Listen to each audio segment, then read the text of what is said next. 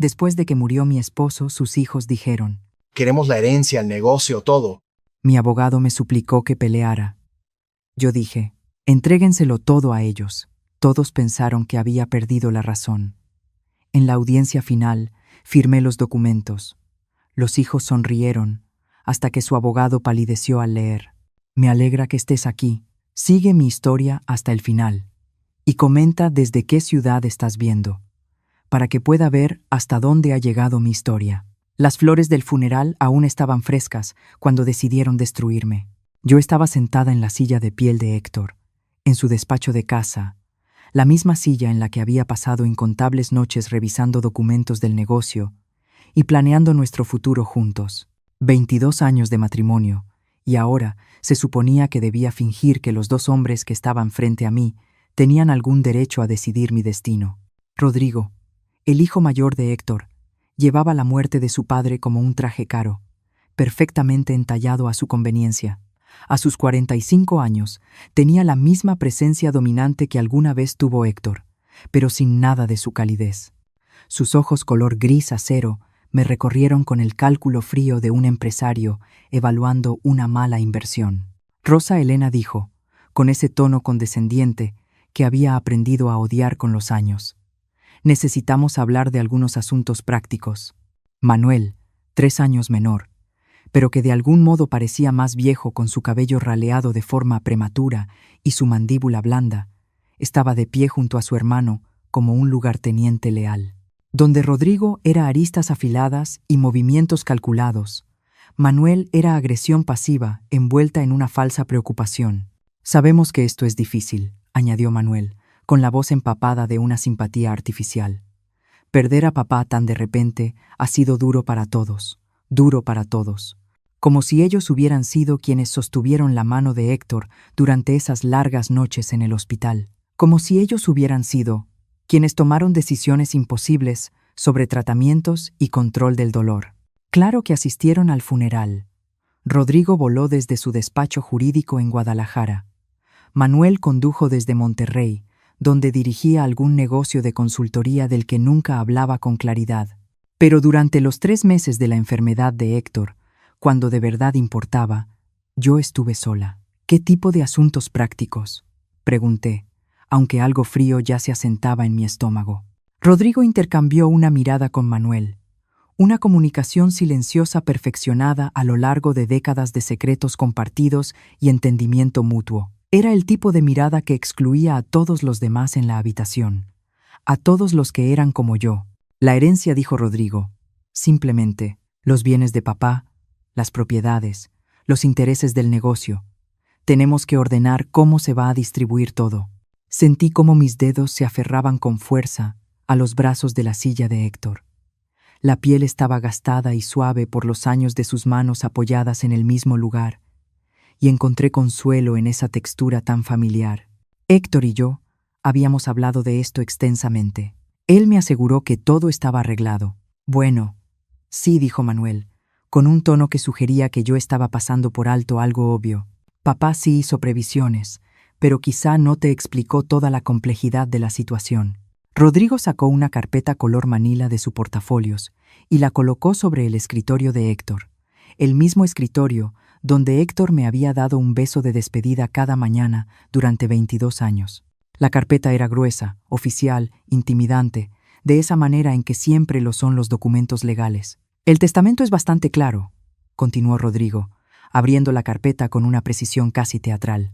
La casa aquí en Querétaro, valuada aproximadamente en 12.750.000 pesos, pasa a ser propiedad conjunta de Manuel y mía.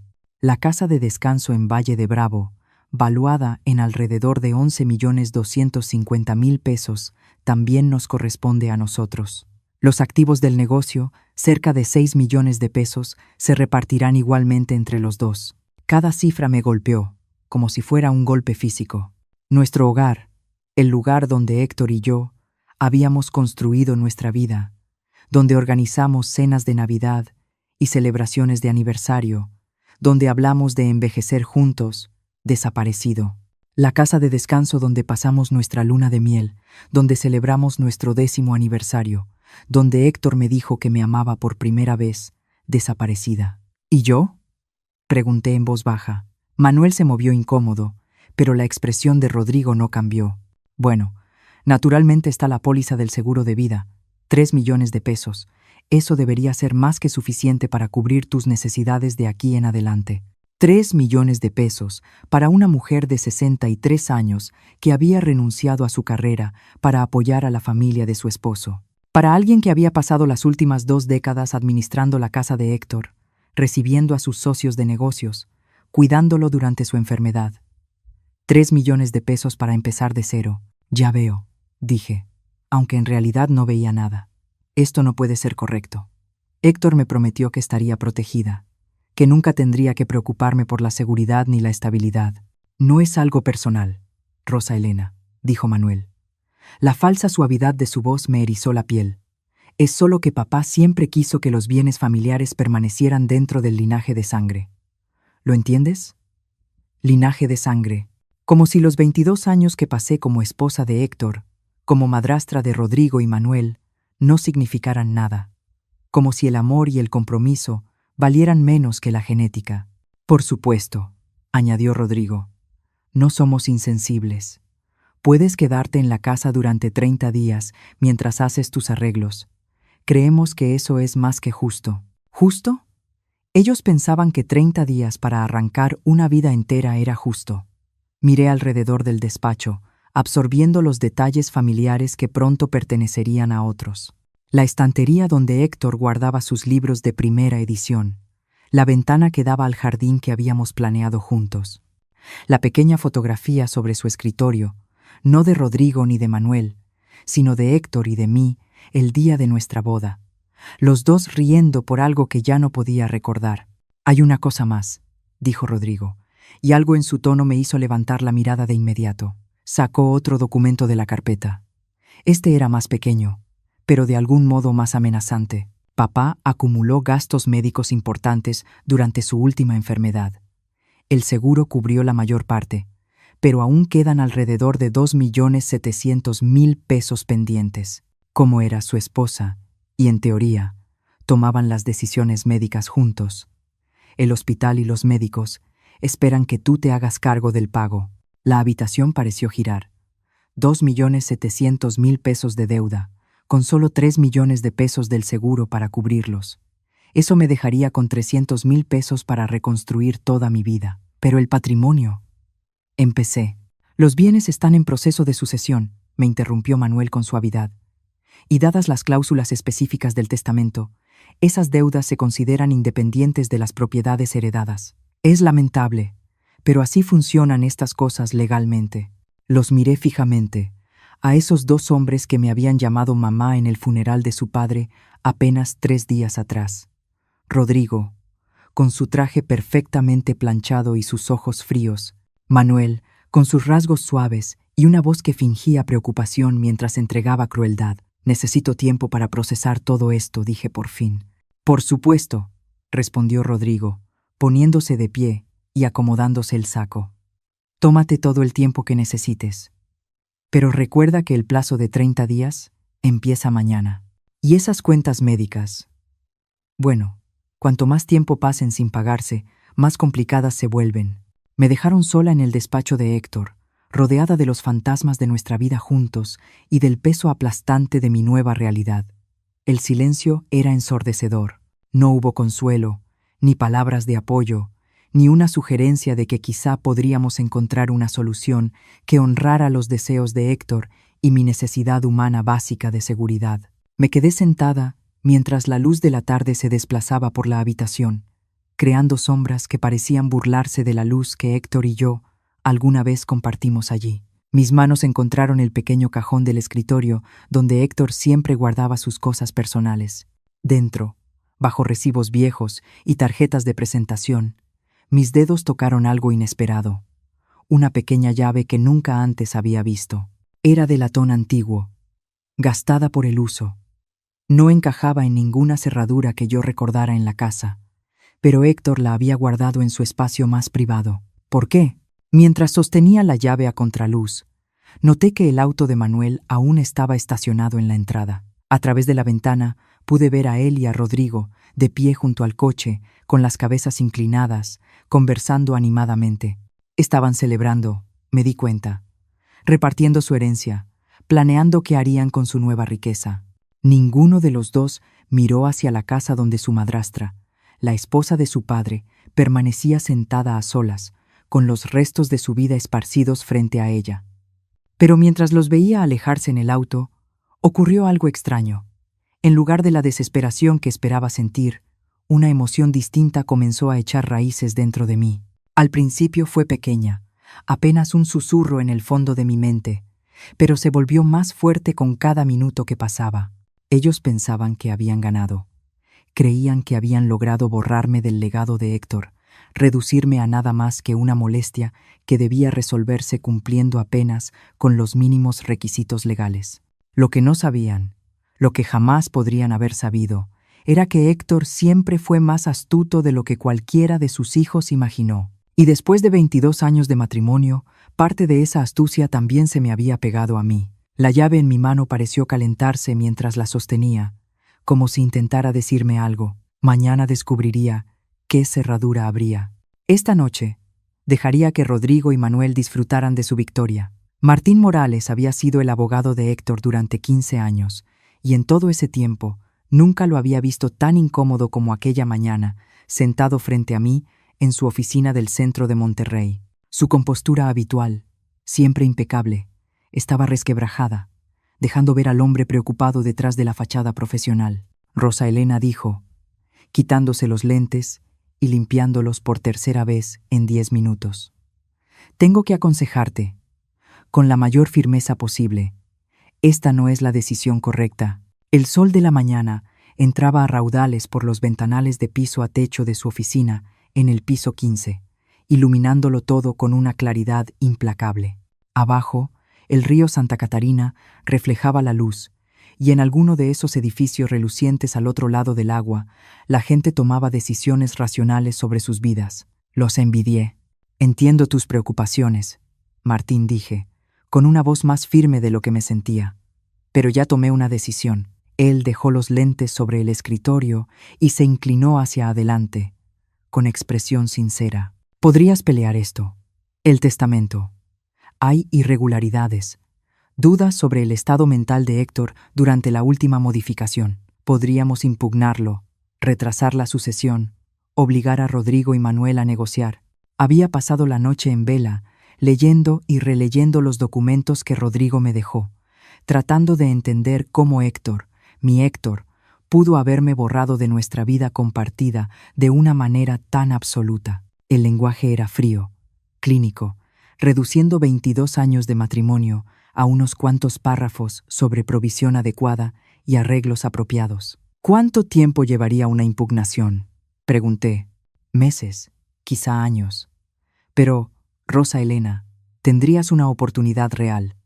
Yo conocía a Héctor, y este testamento no coincide con el hombre que yo conocí, el hombre que hablaba de ti con tanto amor y respeto. Amor y respeto.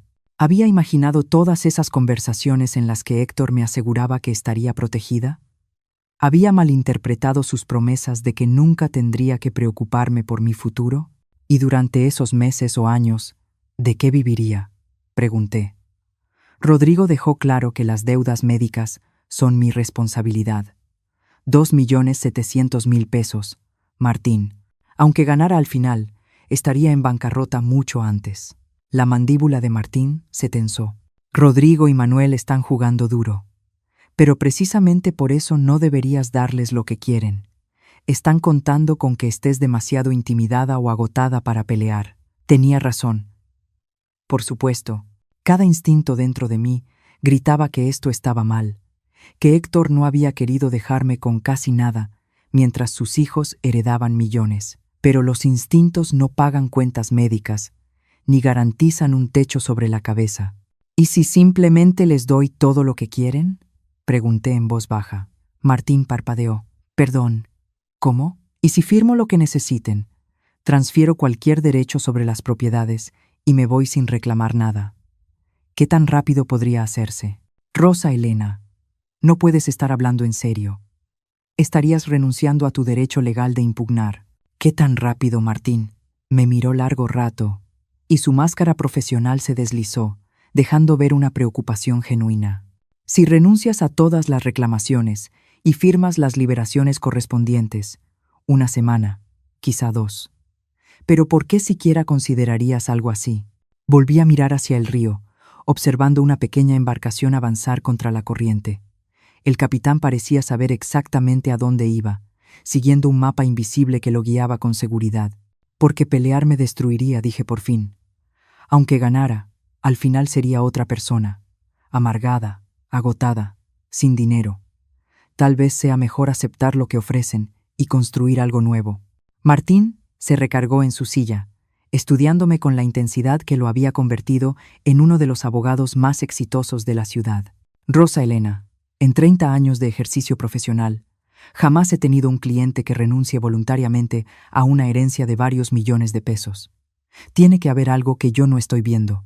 Había algo que él no veía, pero no podía explicárselo. No podía explicar la certeza que había crecido en mí desde que encontré la misteriosa llave de Héctor. Toda la noche había recorrido la casa buscándole una cerradura. Cajones, gabinetes, cuartos de almacenamiento. Nada. Pero la llave se sentía importante, como si Héctor intentara decirme algo desde más allá. Tal vez solo estoy cansada, dije. Cansada de pelear, cansada de que me vean como la madrastra codiciosa que quiere robar la herencia de los hijos. Quizás sea más fácil dejar que se queden con lo que creen que merecen. Rosa Elena, la voz de Martín se volvió firme. Esto no se trata de lo que ellos creen merecer. Se trata de lo que Héctor quiso. Y te lo digo como su abogado y su amigo. Este testamento no refleja su verdadera voluntad. Antes de que pudiera responder, mi teléfono vibró. Un mensaje de un número desconocido. Señora Rosa Elena, soy Manuel. ¿Podríamos vernos hoy para hablar del calendario de transferencia de las propiedades? Queremos que todo sea lo más fluido posible para todos. Esa cortesía era casi peor que la frialdad directa de Rodrigo. Al menos Rodrigo no finge preocuparse porque esto sea fluido para mí, dije. Ya están planeando la transferencia, añadí, mostrándole el mensaje a Martín. Su rostro se oscureció. Te están presionando. Es una táctica clásica. Rosa Elena, te lo ruego. Reconsidéralo. Tómate tiempo para llorar, para procesar lo que has perdido. No tomes decisiones irreversibles mientras estés en shock. Pero yo ya no estaba en shock. El entumecimiento que me había sostenido durante la enfermedad y la muerte de Héctor comenzaba a disiparse, reemplazado por algo que se parecía peligrosamente a la claridad. No podía enfrentar a Rodrigo y Manuel con sus abogados, su sentido de derecho adquirido y su conocimiento íntimo de los negocios de Héctor, pero quizá no necesitaba pelear con ellos de frente. Si firmo los documentos, dije lentamente, ¿qué es exactamente a lo que estaría renunciando? Martín suspiró con pesadez, reconociendo la derrota. A cualquier reclamación sobre la residencia principal, la propiedad de Valle de Bravo, los activos del negocio, cualquier cuenta o inversión conjunta, conservarías únicamente el pago del seguro de vida y cualquier bien personal que fuera exclusivamente tuyo antes del matrimonio. Y a cambio, continuó, ellos aceptarían cubrir las deudas médicas con los fondos del patrimonio antes de la distribución. Te desligarías por completo de esas obligaciones. Eso era algo. Al menos me permitiría quedarme con los 3 millones de pesos completos, en lugar de apenas 300,000 pesos después de pagar las deudas. No era suficiente para una seguridad a largo plazo, pero sí para sobrevivir mientras averiguaba qué hacer después. Necesito ver el lenguaje exacto, dije. Martín abrió su computadora portátil y comenzó a escribir. Redactaré algo que proteja tus intereses tanto como sea posible dadas las circunstancias. Pero, Rosa Elena, una vez que firmes esto, no habrá marcha atrás. No tendrás ningún recurso legal si más adelante descubres información que habría cambiado tu decisión. Lo entiendo, pero incluso al decirlo, me pregunté si de verdad lo entendía. La llave dentro de mi bolso parecía pesar más, un recordatorio constante de que Héctor me había dejado algo, algún mensaje o instrucción que aún no lograba descifrar. ¿Estaba cometiendo un error terrible al rendirme tan pronto? ¿O estaba siguiendo un instinto más profundo que la lógica? Mi teléfono vibró otra vez. Esta vez era Rodrigo. Madre, Apreciamos tu cooperación en este momento tan difícil. Manuel y yo queremos que la transición sea lo menos dolorosa posible. Quizá podríamos finalizar todo antes de que termine la semana. Madre. Me llamaba madre cuando quería algo, y sonaba vacío. ¿Dónde había estado esa preocupación familiar durante los últimos meses de Héctor, cuando yo me sentaba sola en las salas de espera del hospital? ¿Quieren todo firmado antes de que termine la semana?, le dije a Martín. Por supuesto que sí, respondió. Mientras más rápido consigan tu firma, menos tiempo tendrás para cambiar de opinión o buscar una segunda opinión. Me miró con atención. Rosa Elena, hay algo en toda esta situación que no me gusta. Rodrigo y Manuel se están comportando como si temieran que descubrieras algo que pudiera complicar su herencia. Los hombres no suelen apresurar una sucesión a menos que tengan motivos para preocuparse. Ese pensamiento también había cruzado por mi mente. En todos los años que conocí a Rodrigo y Manuel, nunca habían sido particularmente eficientes ni urgentes. Rodrigo era metódico hasta el extremo, y Manuel llevaba los negocios con una calma casi exasperante. Esta prisa repentina por resolver todo no encajaba con ellos. Tal vez solo quieren seguir adelante, dije, aunque ni yo misma lo creía. O quizás saben algo que tú no sabes, replicó Martín. Cerró la computadora y volvió a inclinarse hacia mí. Rosa Elena, voy a pedírtelo una vez más. ¿Podrías tomarte al menos 48 horas para pensarlo? Duerme, habla con una amiga, con un consejero, con alguien que no esté emocionalmente involucrado. Casi me reí. ¿Una amiga? Héctor y yo habíamos sido los mejores amigos del otro durante 22 años. Habíamos dejado que otras amistades se desvanecieran mientras nos concentrábamos en construir nuestra vida juntos, en atender a sus socios, en administrar su hogar. Yo había sido la esposa de Héctor, la madrastra de Rodrigo y Manuel, pero nunca había terminado de descubrir quién era yo como mujer individual. No necesito 48 horas, dije. Ya tomé una decisión. Martín me observó largo rato y luego asintió despacio. Está bien. Redactaré los documentos. Pero quiero todo por escrito. Su compromiso de hacerse cargo de las deudas médicas, un calendario claro para que recibas el pago del seguro y una cláusula que te proteja de cualquier reclamación futura relacionada con el patrimonio de Héctor. Gracias. No me agradezcas todavía, dijo. Estoy a punto de ayudarte a cometer lo que podría ser el mayor error de tu vida. Al salir de la oficina de Martín y cruzar el vestíbulo de mármol rumbo al elevador, vi mi reflejo en las paredes pulidas. La mujer que me devolvía la mirada era alguien a quien apenas reconocía. Más vieja, sin duda, pero también más firme, más presente. Durante 22 años había sido la esposa de Héctor, definida por mi relación con él y con sus hijos. Por primera vez desde su muerte, me veía obligada a descubrir quién era Rosa Elena cuando me despojaban de esos roles. Las puertas del elevador se abrieron y entré. Mientras descendíamos hacia el estacionamiento, volví a tocar la llave dentro de mi bolso. Héctor me había dejado algo. De eso estaba segura. Y fuera lo que fuera, Rodrigo y Manuel no sabían nada. La llave abría una caja de seguridad en el Banco Nacional, en una sucursal del centro. Una caja cuya existencia yo desconocía por completo. Había pasado 2 días revisando cada rincón de la casa, frustrándome con cada cajón vacío y cada gabinete sin sentido. No fue sino hasta que revisé la cartera de Héctor, la misma que el hospital me devolvió con sus pertenencias personales, que encontré una pequeña tarjeta de presentación escondida detrás de su credencial.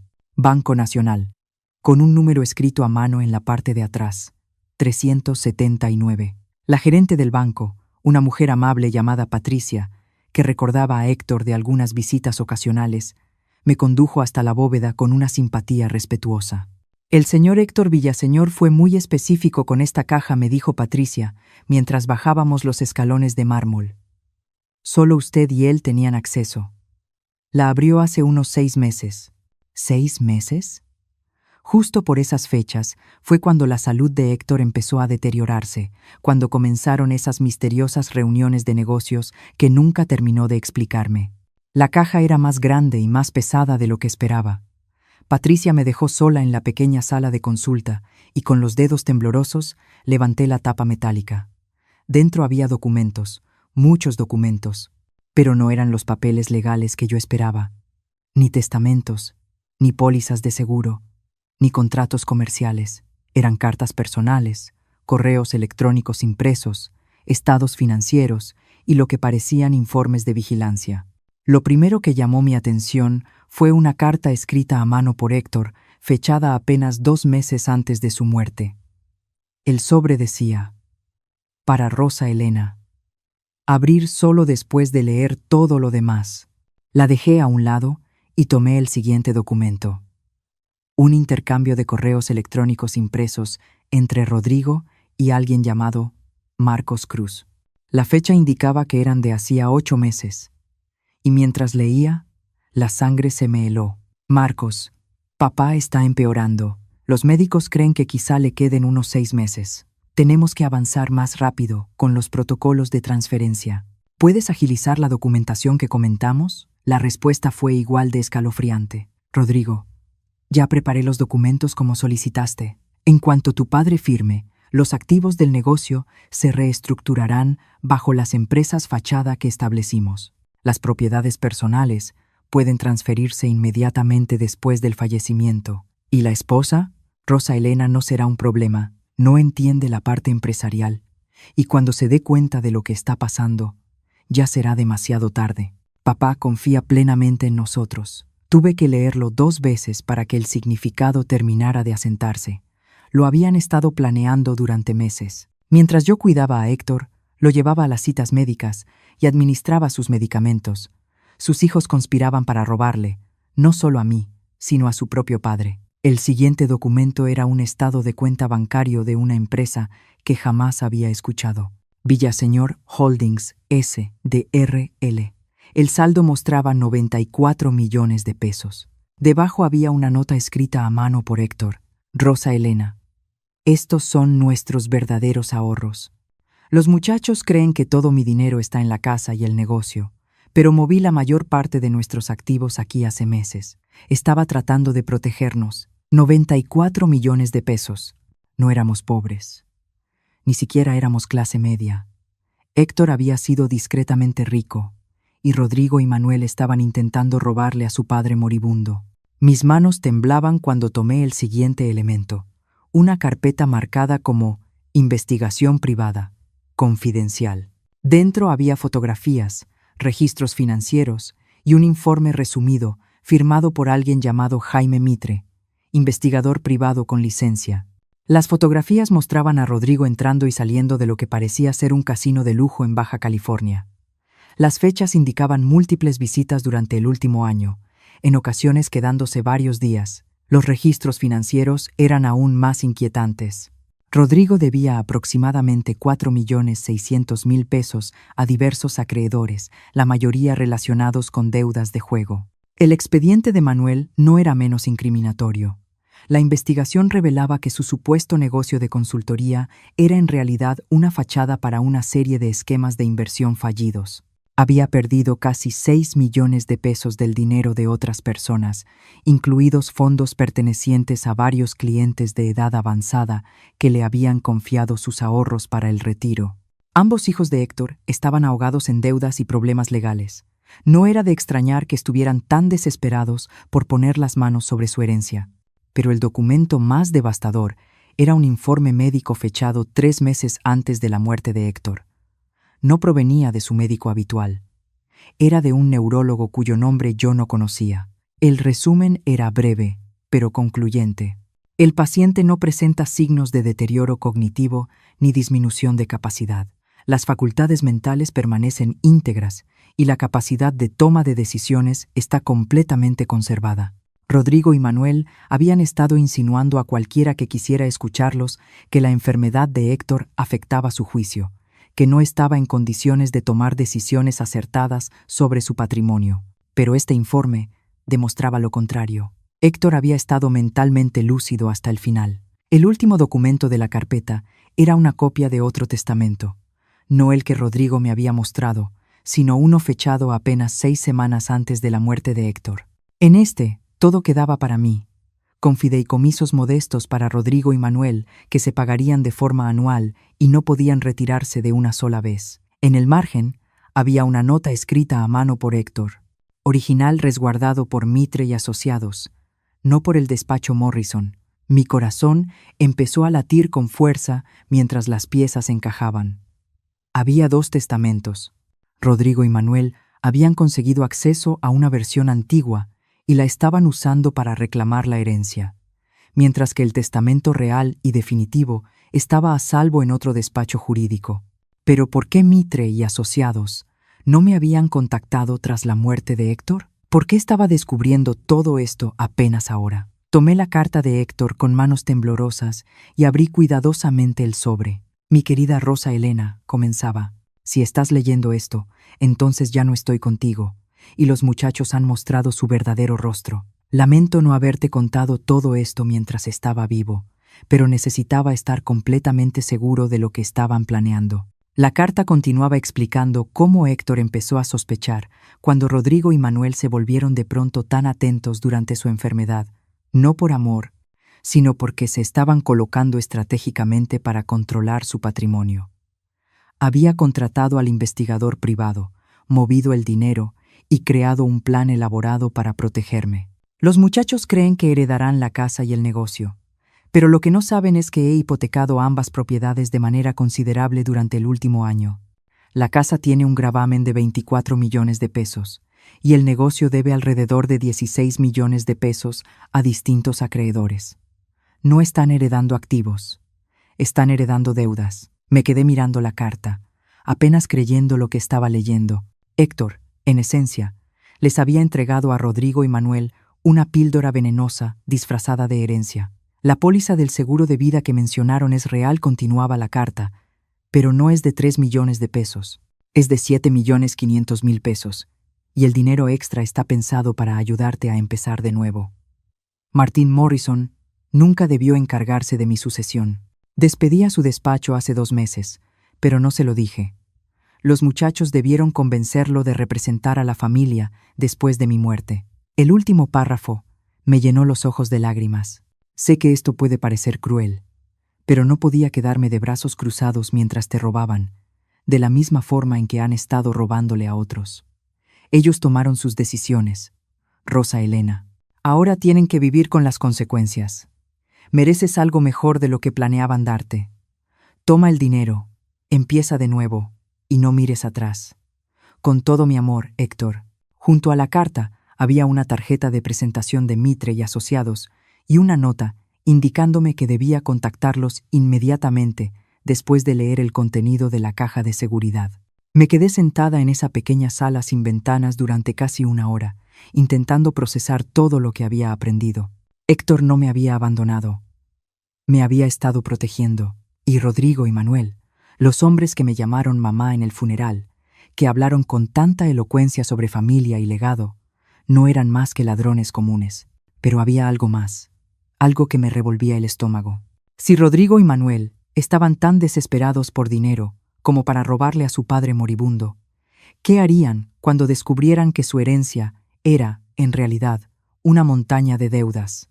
¿Vendrían tras de mí?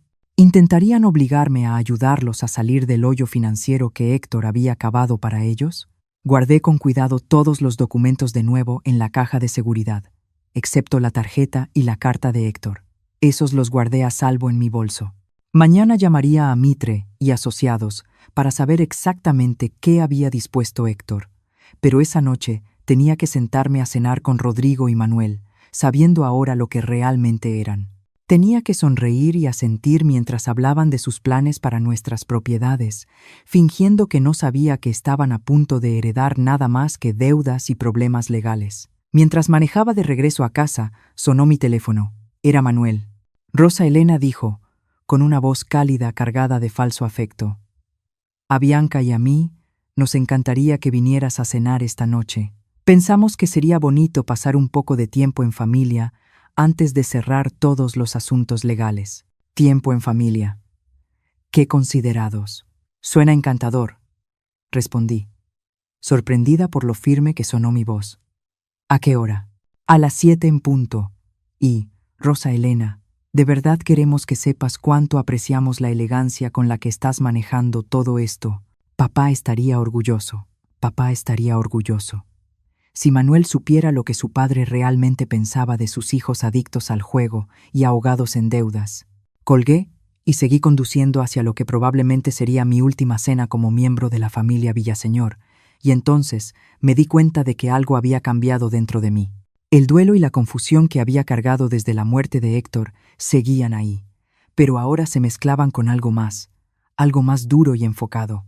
Rodrigo y Manuel se creían muy astutos, manipulando a la viuda en duelo, apresurándome para que tomara decisiones antes de poder pensar con claridad. No tenían idea de que su padre había estado 10 pasos adelante de ellos todo el tiempo. Y, sin duda, no tenían idea de que yo estaba a punto de estar 10 pasos adelante de ellos también. La cena iba a ser muy interesante. La casa de Manuel y Bianca, en San Pedro Garza García, era un monumento al dinero prestado y al éxito falso. Al entrar a su cochera circular, no pude evitar notar los autos de lujo recién adquiridos, un BMW y un Mercedes, que claramente costaban más de lo que muchas personas ganan en un año. Ahora entendía de dónde había salido ese dinero. Bianca abrió la puerta con un vestido de diseñador que probablemente costaba más que mi presupuesto mensual de supermercado. A sus 38 años, había perfeccionado el arte de verse caramente mantenida. Luces en el cabello de más de 12,000 pesos cada 8 semanas, uñas que requerían retoques semanales, joyas que brillaban con piedras, que venían acompañadas de pólizas de seguro. «Rosa Elena», exclamó, dándome un beso al aire que apenas rozó mi mejilla. «Te ves maravillosa. ¿Cómo te estás sosteniendo?» La preocupación en su voz era tan auténtica como el color de sus uñas. Pero sonreí y seguí el juego. «Ahí voy, querida. Gracias por invitarme». Rodrigo ya estaba ahí, recostado en el estudio de Manuel, con un vaso de whisky en la mano que probablemente costaba por botella más de lo que yo gastaba en comida en un mes.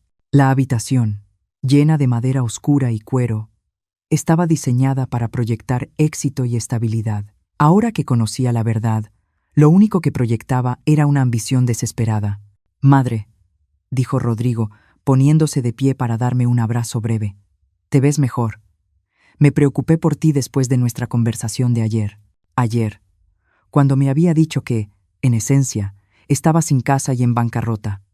¡Qué conmovedora preocupación!». Manuel salió de la cocina con una copa de vino en la mano, llena de lo que parecía ser un chardonnay muy caro. «Rosa Elena, qué gusto que hayas podido venir. Bianca ha estado cocinando toda la tarde. Aclaró la garganta famoso salmón con costra de hierbas. Los tres se movían a mi alrededor como anfitriones amables, ofreciéndome bebidas y aperitivos, comentando mi aspecto, preguntándome por mis planes. Era una actuación magistral de preocupación familiar, y si no hubiera pasado la tarde leyendo sobre sus deudas de juego y negocios fallidos, quizá me habría conmovido. La cena se sirvió en su comedor formal, con vajilla que parecía digna de un museo y cubiertos tan pesados que podrían usarse como armas. Bianca, en efecto, se había superado. El salmón estaba perfectamente preparado, el vino bien elegido, y la presentación era impecable. «Entonces», dijo Rodrigo cuando ya estábamos en el plato fuerte, «Martin Morrison me llamó esta tarde. Mencionó que estás lista para avanzar con la transferencia del patrimonio». Tomé un bocado delicado de salmón para ganar tiempo. «Sí. He decidido que pelear por los deseos de Héctor no es como quiero pasar los años que me quedan. La armonía familiar es más importante que el dinero». El alivio que cruzó el rostro de Manuel fue casi cómico. «Eso es maravilloso, Rosa Elena. De verdad maravilloso. Papá estaría muy contento de saber que estamos trabajando juntos». «Hemos preparado algunos documentos», añadió Bianca, tomando una carpeta color manila que estaba sobre el aparador. «Solo para dejar todo en orden. Nuestro abogado los redactó para complementar lo que Martín está manejando». «¿Su abogado?» «Por supuesto, habían contratado su propia representación legal». Me pregunté si ese misterioso abogado sabía algo de las deudas de juego de Rodrigo o de los esquemas de inversión fraudulentos de Manuel. «Qué considerados», dije, sin tocar la carpeta. «Pero quisiera mencionar que he estado pensando en las cuentas médicas». La temperatura en la habitación pareció bajar varios grados. Rodrigo dejó su copa con un poco más de fuerza de la necesaria. «¿Qué tipo de pensamiento?», preguntó Manuel, con voz cuidadosamente neutral. Bueno, 2.700.000 pesos es una cantidad considerable. Me preguntaba si quizá deberíamos pedir a un contador que revise los activos líquidos del patrimonio antes de que yo me comprometa a asumir esa deuda de manera personal. Rodrigo y Manuel intercambiaron una mirada, el mismo tipo de comunicación silenciosa que había visto en el despacho de Héctor, pero esta vez pude leer el subtexto. Tenían miedo de que descubriera algo. Rosa Elena, dijo Rodrigo con cuidado. Pensé que habíamos explicado que los activos del patrimonio están en proceso de sucesión. Las cuentas médicas son independientes de la herencia. Por supuesto, respondí con amabilidad, pero Héctor siempre fue muy meticuloso con sus registros. Estoy segura de que debe existir documentación clara de qué deudas pertenecen al patrimonio y cuáles se consideran responsabilidad personal. Bianca soltó una risa un poco demasiado brillante. Oh, Manuel se encarga de todas esas cosas financieras tan aburridas, ¿verdad, amor? Manuel asintió con rapidez. Claro, todo está debidamente clasificado. Los gastos médicos recaen en ti porque eras la esposa de Héctor y, en teoría, participaste en las decisiones de tratamiento. Tiene sentido, dije. Aunque me resulta interesante que Héctor nunca mencionara estar preocupado por los costos médicos. Siempre parecía tan seguro de que teníamos un seguro adecuado. El silencio se prolongó apenas un instante de más. Rodrigo se aclaró la garganta. El seguro no cubre todo. Desafortunadamente, el tratamiento de papá fue bastante extenso en esos últimos meses. Sabía que estaba entrando en terreno peligroso, pero no pude evitar presionar un poco más. Supongo que debería comunicarme directamente con el hospital, dije. Obtener un desglose detallado de lo que se debe y de lo que realmente cubrió el seguro. El tenedor de Manuel chocó contra su plato. Eso no es necesario, Rosa Elena. Yo ya me encargué de todo muy a fondo. Estoy segura de que sí, respondí. Pero como viuda de Héctor, siento la responsabilidad de entender exactamente qué ocurrió desde el punto de vista financiero durante su última enfermedad. Es lo mínimo que puedo hacer por su memoria. Bianca se levantó de golpe. ¿Quién quiere postre? Preparé esa tarta de chocolate de la revista Food and Wine. Prácticamente huyó a la cocina, y no se me escapó la mirada significativa que Rodrigo le lanzó a Manuel. Estaban alterados, y apenas había empezado a indagar.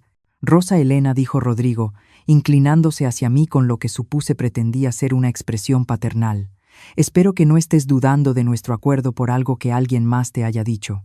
A veces, personas que no están familiarizadas con el derecho sucesorio pueden dar consejos engañosos. Oh, no lo tranquilicé. No estoy dudando de nada.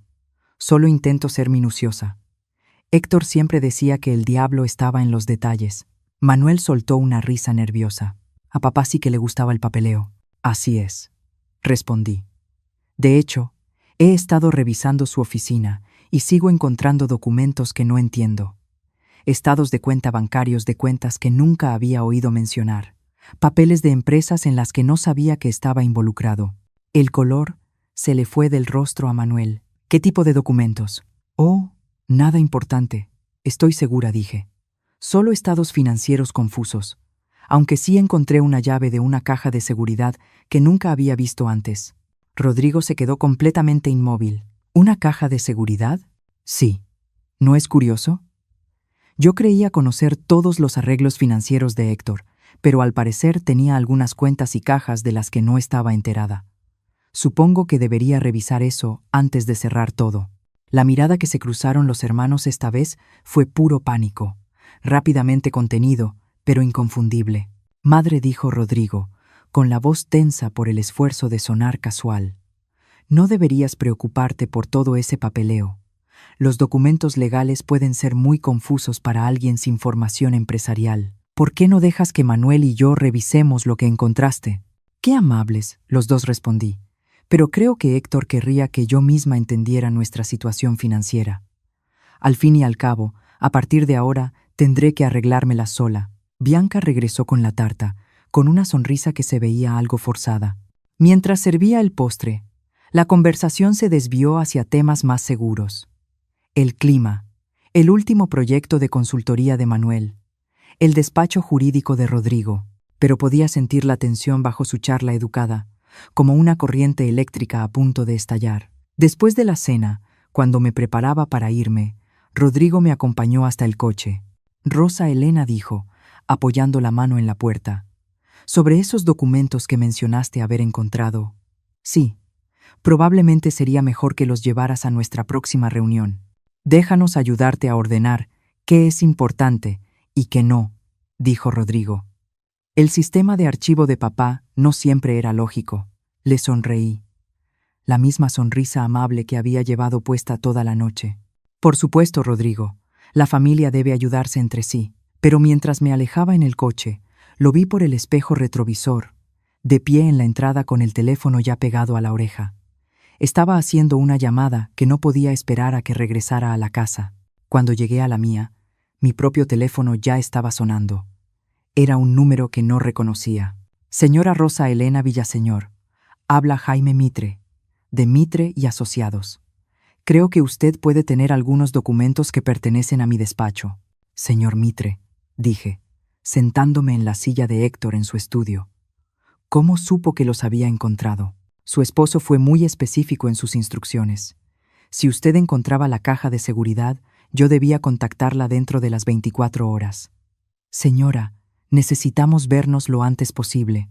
Hay cosas sobre el patrimonio de su esposo que necesita saber antes de firmar cualquier cosa con Rodrigo y Manuel». «¿Qué tipo de cosas?» «Cosas que lo cambiarán todo, señora Villaseñor. Todo». Colgué y miré alrededor del estudio de Héctor, ahora mi estudio, y comprendí que el juego invisible que había estado jugando toda la noche estaba a punto de volverse muy visible.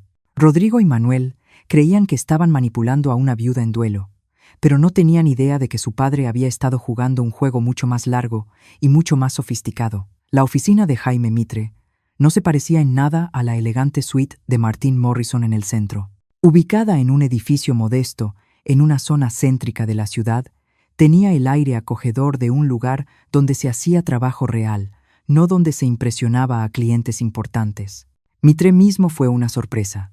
Un hombre tranquilo, de unos 60 y tantos años, con ojos amables y manos que demostraban que había trabajado por todo lo que había ganado. «Señora Villaseñor», dijo, levantándose detrás de un escritorio que era el caos organizado en persona. «Gracias por venir tan rápido. Por favor, siéntese. Tenemos mucho que hablar». Me acomodé en la silla de cuero gastado frente a su escritorio, con el bolso apretado contra mi regazo, la carta de Héctor dentro. «Señor Mitre, debo admitir que estoy confundida con todo esto. Ni siquiera sabía que Héctor había contratado a otro abogado. Me contrató hace unos 8 meses», dijo, sacando un expediente grueso. «Al principio, solo para realizar una investigación discreta sobre algunas irregularidades financieras que había notado, pero conforme fuimos descubriendo más información, mi papel se amplió considerablemente». Abrió el expediente y vi que contenía copias de muchos de los mismos documentos que yo había encontrado en la caja de seguridad, junto con otros que no había visto. Su esposo era un hombre muy meticuloso, señora Villaseñor. Cuando se dio cuenta de lo que sus hijos estaban planeando, desarrolló una estrategia integral para protegerla y asegurarse de que enfrentaran las consecuencias de sus actos. ¿La investigación demostró que le estaban robando? Mitre asintió con gravedad. Rodrigo había estado falsificando la firma de su padre en documentos de préstamo, usando el negocio familiar como garantía para sus deudas de juego. Manuel era peor. Transfería sistemáticamente fondos de cuentas de clientes a sus propias empresas fachada. Ambos enfrentaban posibles cargos penales si sus actividades salían a la luz. Sentí un escalofrío recorrerme. Cargos penales, fraude, abuso patrimonial, delitos financieros. Su esposo pudo haberlos mandado arrestar a los dos. En cambio, eligió una forma de justicia más creativa. Mitre sacó otro conjunto de documentos y los extendió sobre el escritorio. «Estos son los registros inmobiliarios de la casa y de la propiedad del lago. Desde hace 6 meses, ambas propiedades están apalancadas al máximo. Su esposo contrató hipotecas por un total de 24 millones de pesos sobre la casa y 16 millones de pesos sobre la villa». «¿Pero por qué haría eso?», pregunté. «Ambas propiedades eran nuestras, libres de deudas, porque sabía que Rodrigo y Manuel las heredarían, y quería asegurarse de que también heredaran las deudas asociadas. El dinero de esas hipotecas está a salvo en la cuenta de Villaseñor Holdings, a la que solo usted puede acceder. Mi cabeza daba vueltas, intentando procesar lo que me decía. Entonces, cuando hereden las propiedades, heredarán bienes valuados en aproximadamente 32 millones de pesos, pero con hipotecas que suman 40 millones de pesos. Deberán 8 millones de pesos más de lo que valen las casas. Eso no es posible, dije. Me mostraron el testamento. Le mostraron un testamento desactualizado, me interrumpió Mitre con suavidad. Uno que fue sustituido por una versión final que su esposo firmó 6 semanas antes de su muerte. El testamento verdadero le deja todo a usted, con la condición de que, si así lo decide, puede donar las propiedades a Rodrigo y Manuel. La decisión es completamente suya. Me entregó una copia del testamento real. Mientras leía el lenguaje legal, una cláusula destacó con claridad.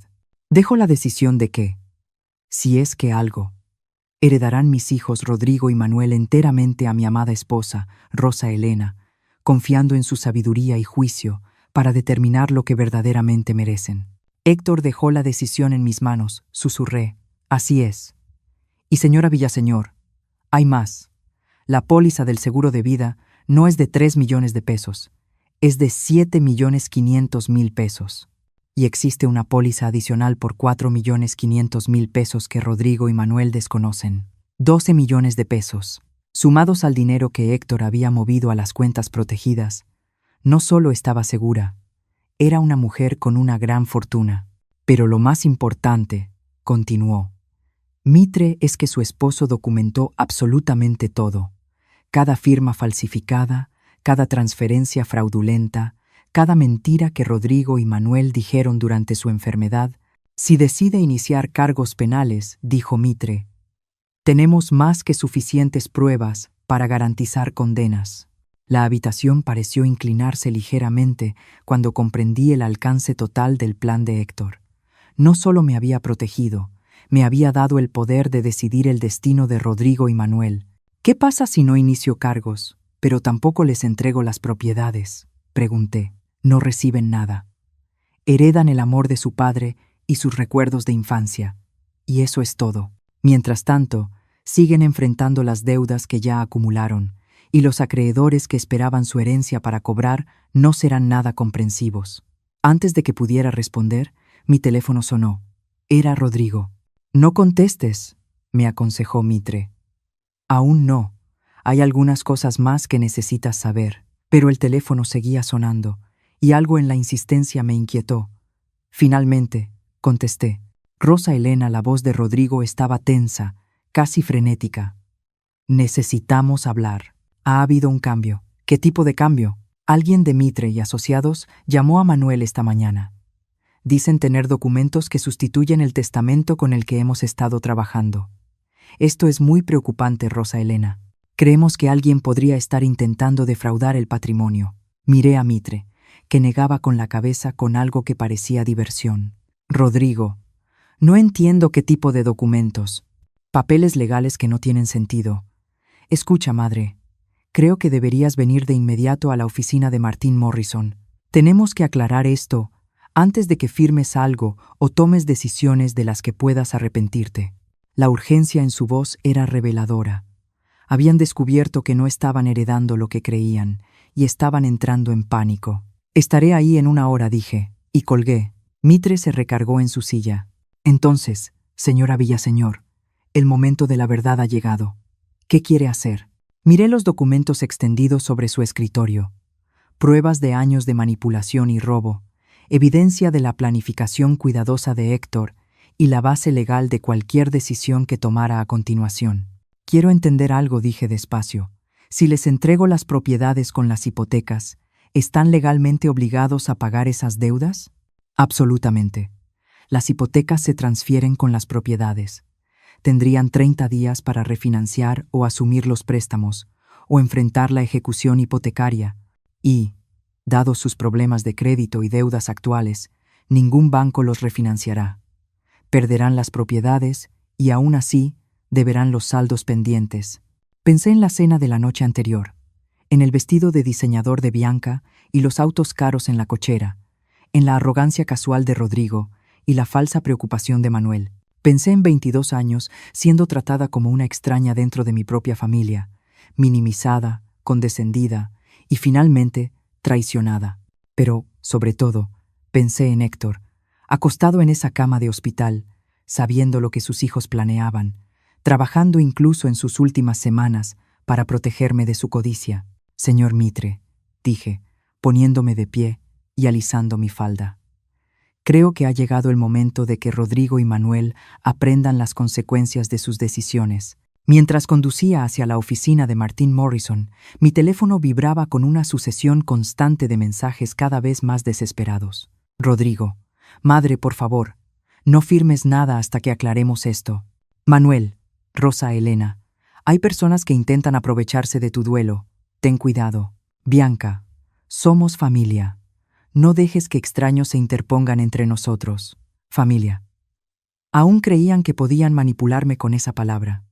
Pero al entrar al estacionamiento del edificio de Martín, me di cuenta de que algo había cambiado de manera fundamental. Por primera vez en 22 años, no entraba a una reunión como la esposa de Héctor ni como la madrastra de Rodrigo y Manuel. Entraba como Rosa Elena Villaseñor, una mujer con más de 110 millones de pesos, documentación legal completa de los delitos de sus hijastros y el poder de decidir su futuro.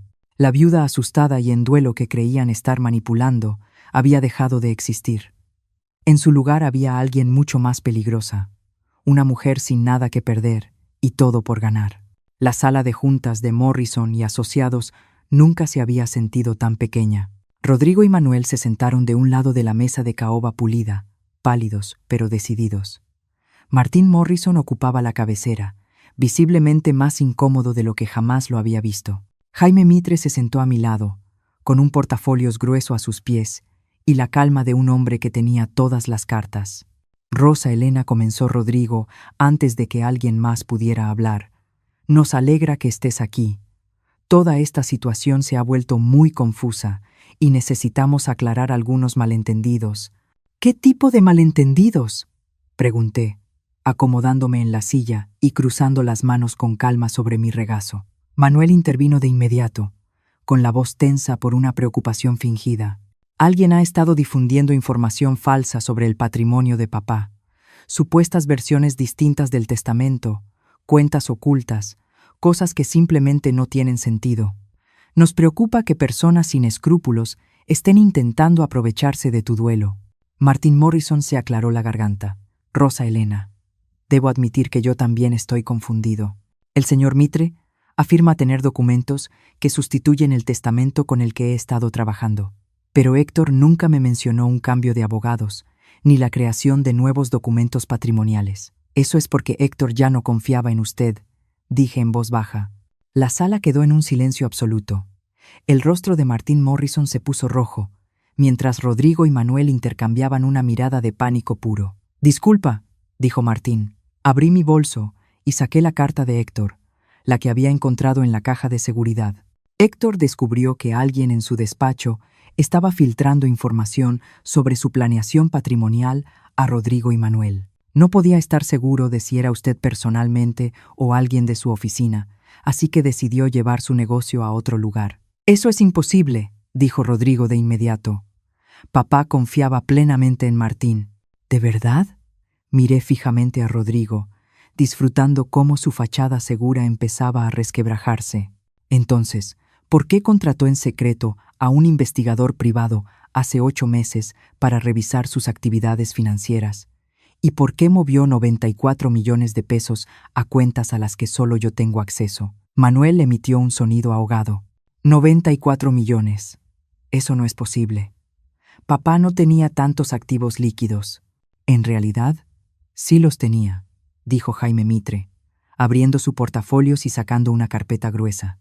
Su padre era considerablemente más rico de lo que cualquiera de ustedes imaginaba. Durante años fue construyendo un portafolio, específicamente para garantizar la seguridad de Rosa Elena después de su muerte. Extendió documentos sobre la mesa, estados de cuenta bancarios, registros de inversión, escrituras. La casa que creen que van a heredar tiene una hipoteca de 24 millones de pesos. La villa, 16 millones de pesos en gravámenes. Su padre tomó estos préstamos específicamente para que cualquier herencia viniera acompañada de deuda. El rostro de Rodrigo pasó de pálido a ceniciento. «Estás mintiendo». «Me temo que no», continuó Mitre con calma. «Su padre documentó todo con sumo cuidado, incluyendo tus deudas de juego, Rodrigo. 4.600.000 pesos con distintos acreedores. Y los esquemas de inversión fraudulentos de Manuel, que han costado a sus clientes casi 6 millones de pesos. «Esto es acoso», dijo Manuel, con la voz quebrada. «No pueden probar nada de esto». Mitre sonrió y sacó otra carpeta. «En realidad, sí puedo. Registros bancarios que muestran firmas falsificadas en documentos de préstamos. Transferencias electrónicas que prueban desvío de fondos. Grabaciones telefónicas en las que ambos hablaban de manipular el patrimonio de su padre mientras él se estaba muriendo en el hospital». La temperatura de la sala pareció bajar 10 grados. Martin Morrison miraba los documentos con la expresión horrorizada de un hombre que acababa de darse cuenta de que había sido completamente utilizado. «Rosa Elena», dijo Rodrigo, ahora abiertamente desesperado. «Seguro no crees estas fabricaciones. Somos familia. Te queremos». «¿Familia?», repetí. «La forma en que me quisieron cuando me dijeron que heredaría 300.000 pesos después de 22 años de matrimonio. La forma en que me quisieron cuando me dieron 30 días para encontrar otro lugar donde vivir». Bianca, que había permanecido en silencio hasta entonces, habló de pronto. «Todo esto es solo un malentendido. Podemos arreglarlo. Podemos hacer ajustes». En realidad, la interrumpí. «No hay nada que arreglar. El testamento real, el legalmente vinculante, me deja todo a mí. Y la decisión de qué, si es que algo, heredarán. Rodrigo y Manuel es completamente mía». Metí la mano en mi bolso y saqué otro documento. «Esta es una escritura de donación que preparé esta mañana. Les estoy dando exactamente lo que intentaron darme a mí». Rodrigo tomó el documento y lo leyó rápidamente. Su rostro pasó de la confusión a la comprensión y finalmente al horror. «Nos estás dando la casa y la villa», dijo Manuel despacio, «pero con las hipotecas». «Exactamente. Serán dueños de propiedades valuadas en aproximadamente 32 millones de pesos, con deudas asociadas por 40 millones de pesos. Eso los deja con 8 millones de pesos en números rojos, lo cual parece apropiado dadas sus dificultades financieras actuales». «No puedes hacer esto», dijo Rodrigo, aunque su voz carecía de convicción. «Sí puedo. Es exactamente lo que Héctor pretendía. Quería que enfrentaran las consecuencias de sus decisiones». Martin Morrison por fin encontró su voz. «Rosa Elena, esto es extremadamente irregular. Quizá deberíamos tomarnos un tiempo para considerar todas las opciones». No respondí con firmeza. «Ya consideré todo. Rodrigo y Manuel pueden aceptar la herencia tal como se les ofrece o pueden irse con nada. Esas son sus únicas opciones». «¿Y si nos negamos?», preguntó Manuel. Respondió Jaime Mitre.